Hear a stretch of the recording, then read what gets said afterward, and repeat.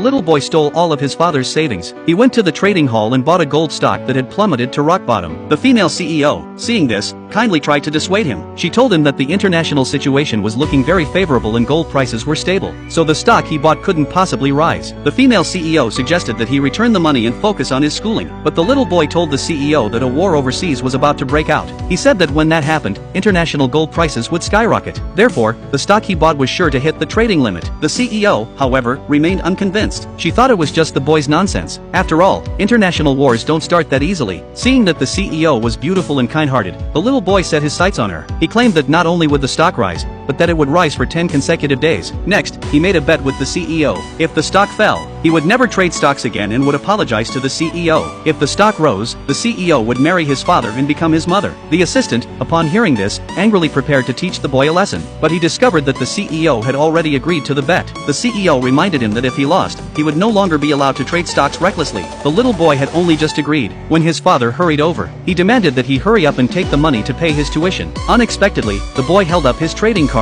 and boasted to his father that they would soon become millionaires. When the man learned that his son had used the tuition money to buy stocks, he accused his son of squandering their savings. The little boy, however, assured him that the money would not be wasted. He said that in 10 more minutes they would be overnight millionaires, able to buy cars and houses. Maybe he could even find him a beautiful and charming stepmother. The man refused to believe a word his son said. Then, in the next moment, the boy's mother arrived, holding hands with her wealthy boyfriend. The wealthy heir mocked them, saying their dreams of getting rich quick were just hot air. Even the woman sneered that she was lucky to have abandoned her ex-husband and son. Otherwise, they would have completely ruined her reputation. Then the woman urged her ex-husband to abandon their son, lest the boy squander the family fortune. The man declared that no matter what, he would support his son's education. He would never abandon his son. This provoked laughter from the woman. She worried that if the man ran out of money, he would drag her down too. The little boy told his mother that in just 5 more minutes, the gold stock he bought would rise, and the only person left to regret it would be her. Seeing the boy's confidence, the wealthy heir challenged him to a bet. The father hurriedly urged his son not to gamble. Even the CEO worried he might lose to the wealthy heir. But as a reincarnator, the boy knew that this stock would definitely hit the limit up. When his father tried to drag him home, he refused to leave. Witnessing this,